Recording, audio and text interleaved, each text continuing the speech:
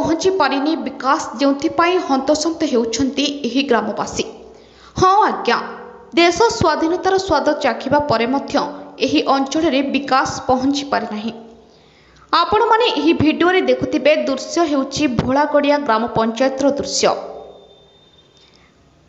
Grammar रास्तार एमिति होइछि जे रास्ता ग्रामवासी दुख आनी देछि। दर्शक बंधु एही रास्ता को देखिले ग्रामर केते विकास होइछि ताहा एही दृश्य ही बयान करुछि।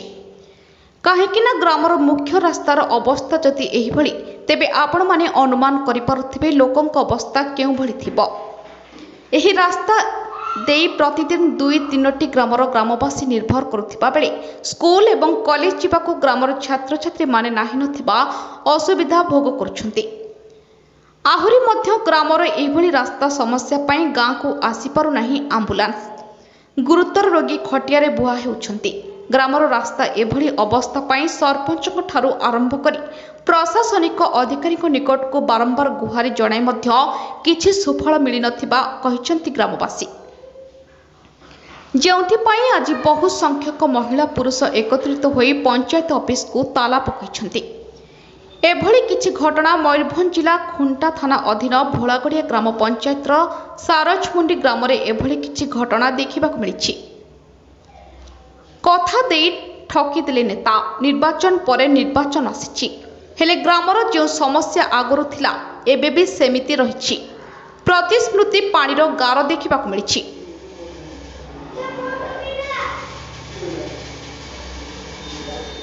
कथा देई कथा रखिले नाही नेता, ठकी देले निरीह ग्रामवासी को, जहा एबे लोके विरोध करिसंती। एही ग्राम को ठकी देले नेता। सरकार परिवर्तन हेला हेले समस्यार समाधान होई परिला नाही। अभियोग आनिले ग्रामवासी। ग्राम को पक्का रास्ता पाई प्रशासन को बारंबार अभियोग होइथिले मध्य प्रशासन अणदेखा करुथिबा अभियोग होइछि।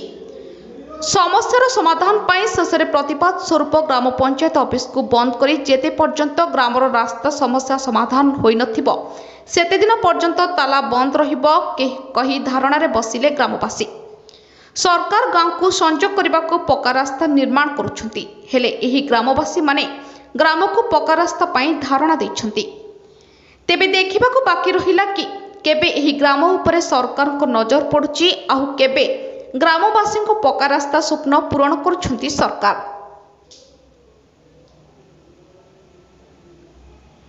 Mayurbhanj Mohan Murari Mahapatra report Jyotiprabha news.